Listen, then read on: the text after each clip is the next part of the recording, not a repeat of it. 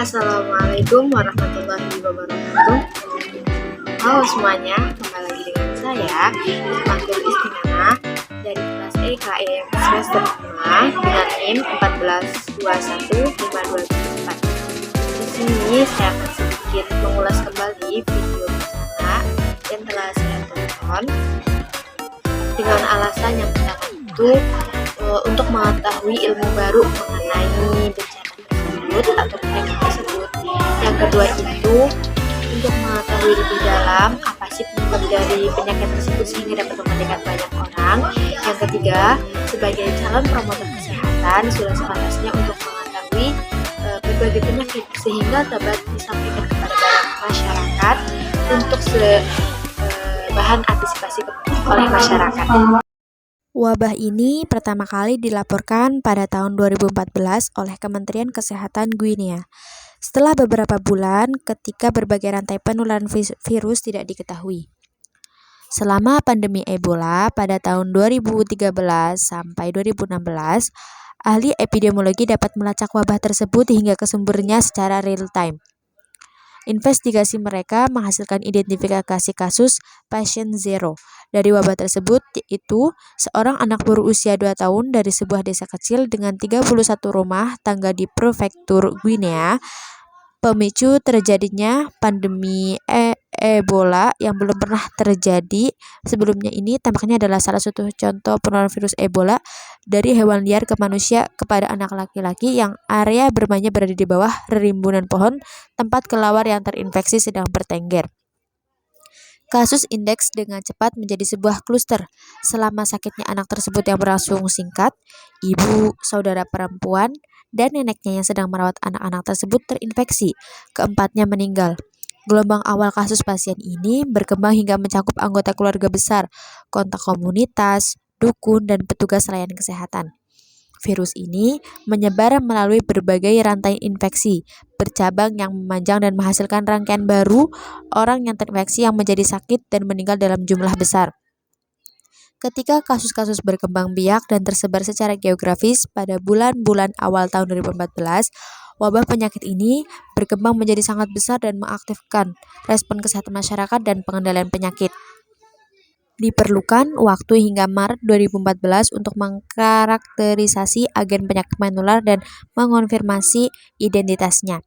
Kasus virus Ebola terus meningkat selama bulan April, Mei, dan Juni tahun 2014. Jumlah tersebut meningkat tajam selama bulan Juli hingga November.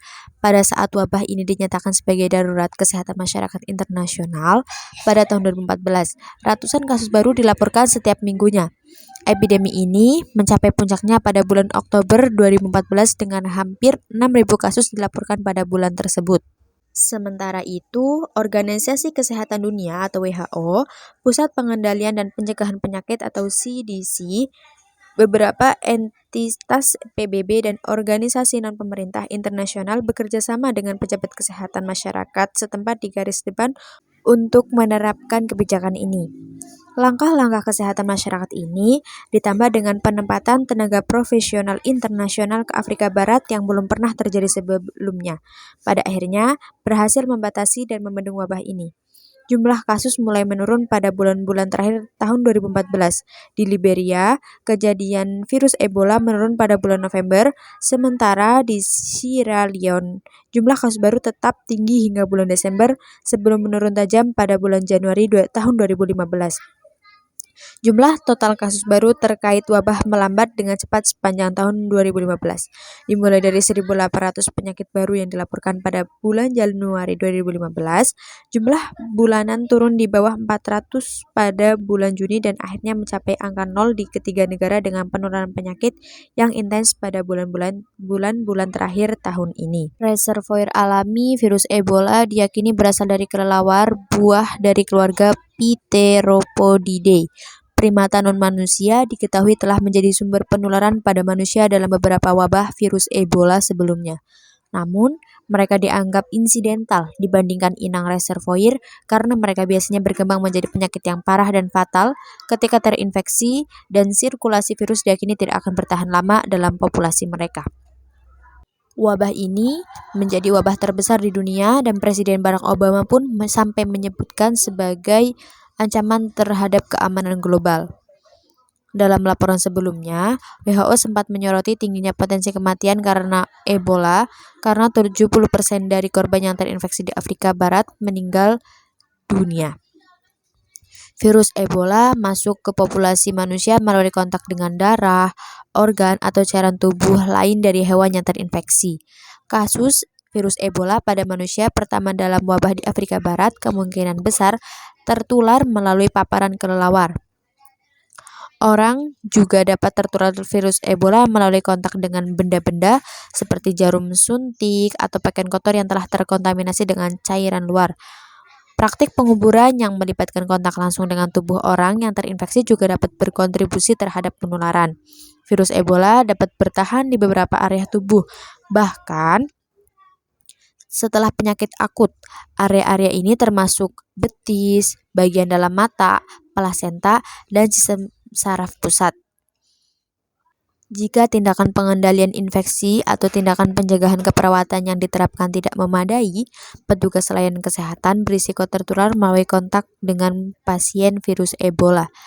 WHO juga menyoroti risiko infeksi bagi petugas kesehatan mencoba untuk membendung wabah sebanyak 375 pekerja diketahui telah terinfeksi dan 211 orang dinyatakan meninggal akibat virus tersebut. Sistem kesehatan yang lemah di negara-negara Afrika semakin kewalahan menghadapi korban-korban yang terinfeksi. Sampai-sampai Amerika telah mengirim sekitar 3.000 tentara untuk membantu Liberia mengatasi penyakit dan mendirikan fasilitas medis darurat. Diagnosis klinis virus Ebola pada tahap awal infeksi sulit dilakukan karena gejala awal tidak spesifik dan mirip dengan gejala infeksi lain seperti malaria dan meningitis. Sehingga untuk menghindari penularan virus Ebola dari orang ke orang, kehati-hatian harus diberikan saat merawat pasien untuk menghindari kontak dengan cairan tubuh yang terinfeksi. Pasien harus diisolasi dan teknik keperawatan penghalang yang ketat harus digunakan, termasuk penggunaan masker, sarung tangan, dan baju pelindung. Sistem pengawasan yang lemah dan infrastruktur kesehatan masyarakat yang buruk berkontribusi pada sulitnya mengendalikan wabah ini dan penyakit ini dengan cepat menyebar ke negara-negara yang berbatasan dengan Guinea, Liberia, dan Sierra Leone. Pada bulan Juli 2014, wabah ini menyebar ke ibu kota ketiga negara tersebut. Ini adalah pertama kalinya virus Ebola menyebar dari wilayah pedesaan yang lebih terisolasi dan ke pusat kota yang padat penduduknya, sehingga memberikan peluang penularan yang belum pernah terjadi sebelumnya. CDC mengaktifkan pusat operasi daruratnya pada bulan Juli 2014 untuk membantu mengordinasikan bantuan teknis dan kegiatan pengendalian penyakit dengan mitra. Personel CDC dikerahkan ke Afrika Barat untuk membantu upaya respon, termasuk pengawasan, pelacakan kontak, pengelolaan data, pengujian laboratorium, dan pendidikan kesehatan.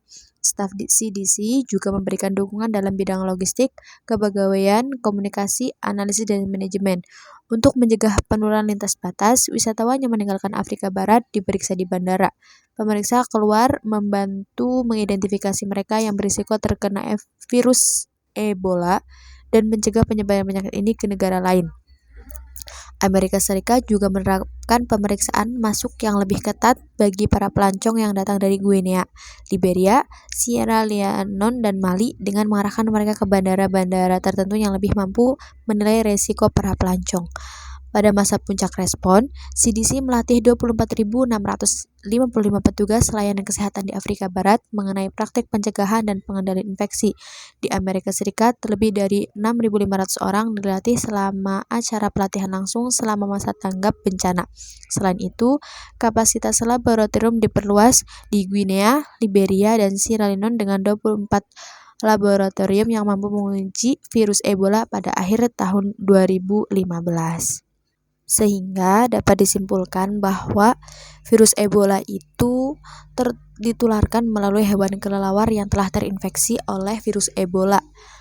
Yang pertama kali tertular itu adalah anak-anak yang berusia 2 tahun yang ranah mainnya itu ke hutan, yang mana itu menemukan pohon tinggi yang bersarang kelelawar.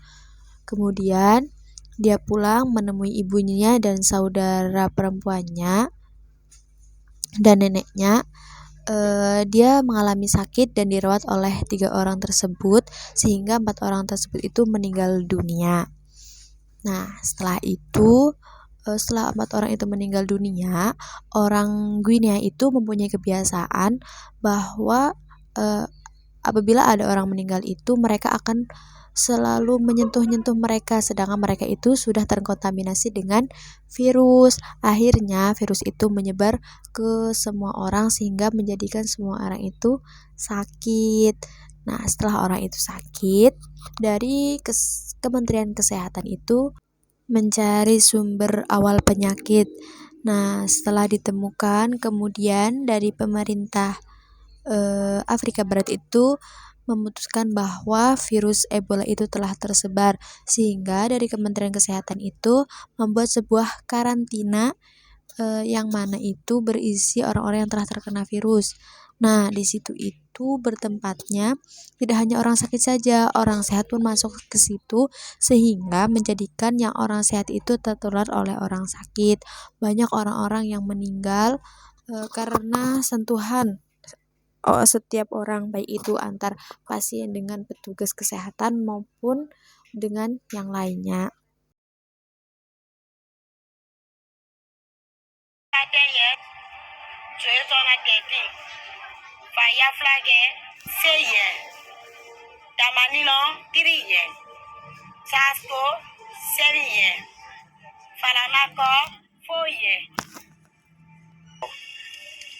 Nondo, David, Emile.